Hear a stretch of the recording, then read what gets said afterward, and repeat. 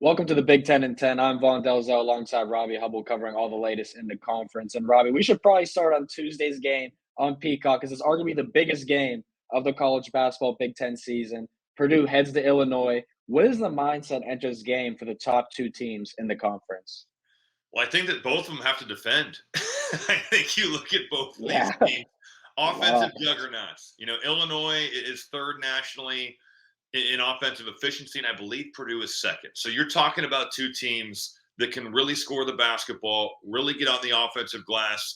Illinois' defense has cratered over the last month. I mean, they are now in the hundreds in terms of where they stand defensive Yeah. efficiency from a national perspective. Purdue, not nearly as poor. They're at 21, but that number has kind of slipped for them too. So I think that for both these teams, it's got to be how do we defend, and they're very different scouting reports. Like for the Purdue scout, it's going to be how can we guard Marcus Damask one on one? How can we keep Terrence Shannon out of the lane and out of transition? How do we defend against a team that's going to just look for matchups and look to exploit?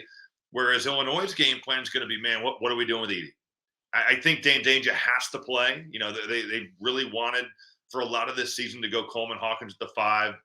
Danger's kind of broken in a little bit to that rotation here these last couple games, but they're going to have to handle Edie. They're going to have to handle Braden Smith, and Illinois loves that drop coverage, and Braden Smith eats that up. I mean, he's looking for his pull up. That's going to be interesting. Are they a little bit higher up to maybe make him uncomfortable? How do you handle Edie and handle Purdue shooting? That's always the predicament. But it should be an unbelievable game, big game on Peacock, and I know myself, Noah, and Stephen Bardo are looking forward to calling. Yeah, I'm going to be very excited to watch this one and see how you call this game as well, because I'm expecting a lot of offense here.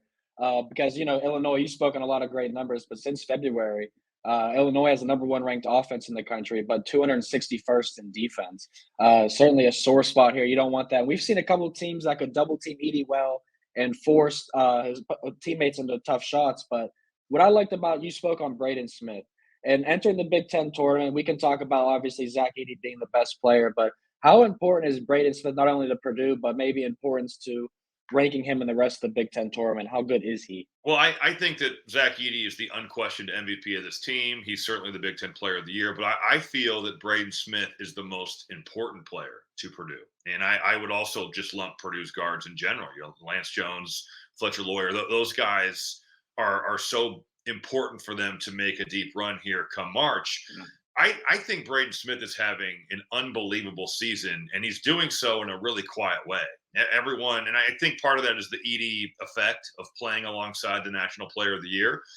But man, his numbers speak for themselves. He's really elevated his play as a scorer. Last year, he was really looking to pass, and I think him looking for the threes off the bounce, looking for the pull-ups off the bounce, and just being a factor for his own scoring has opened up his passing, because you've got to respect his ability to score. I think he should be first team All Big Ten. I think that team has really separated itself out. The one thing would be Marcus Damask would have, I think, a case. If you're talking about an All Big Ten team of Zach Edey, Boo Buie, Jameer Young, Terrence Shannon, and Braden Smith, Damask has been phenomenal. But I think that if Purdue does, especially if they win this game on Tuesday and they win the Big Yeah. Ten by what would be, I think, 3 games if they beat Wisconsin, I don't know how Purdue could be left off of having 2 players, even though Damask and Shannon have both been fabulous. Braden Smith could be an All-American. I wouldn't be surprised to see him creep up on some of those lists. He's that impactful. He's had that type of season, and he's a big part of why Purdue has been so good at 26-3.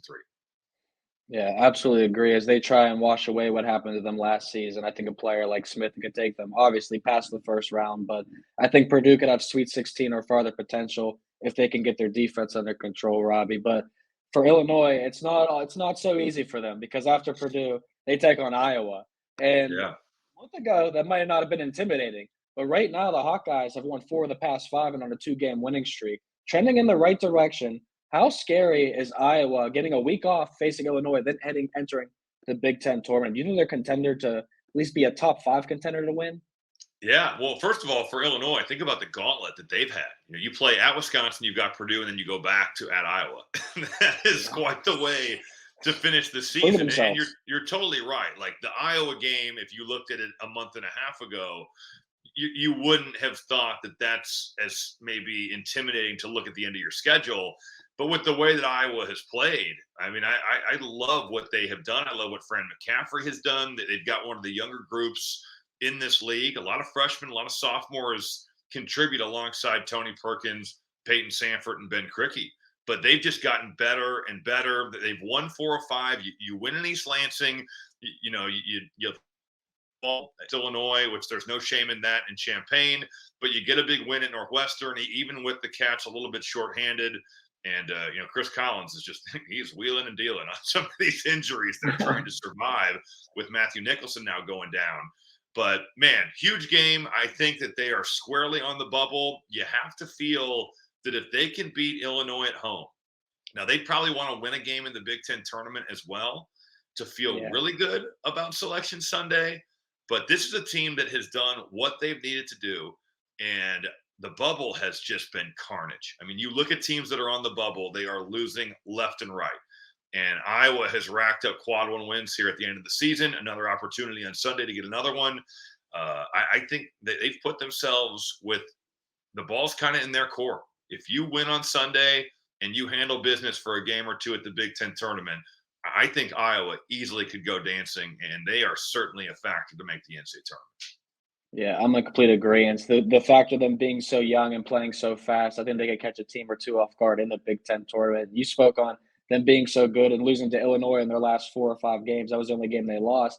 Well, it would be sweet revenge to get them at home on Senior Day, although there are not many seniors walking on that day. But only 4 losses since January 27th. One of the wins they did get, Robbie, were against Wisconsin, a team that is 2-7 now in their last 9 games. We continue to talk about them treading in the wrong direction. How important is it to beat Rutgers on Wednesday and stay somewhat competitive with Purdue in the final game? No, I think the Rutgers game is essential. There's no shame in losing at Purdue. You can't get blown out because that does affect your net rating. But if you lose a game at Rutgers, I'd probably it's Rutgers at home. So you could be talking, depending on what happens to the Scarlet Knights the rest of the year, of that game maybe falling to a quad 3 type game. And that's where if you lose a game like that, it can really negative affect your seed line. So huge game for them. They've got a guard. It was funny watching them play Illinois, where it was like for a while, Illinois couldn't contain the bounce. Then Wisconsin couldn't contain the bounce.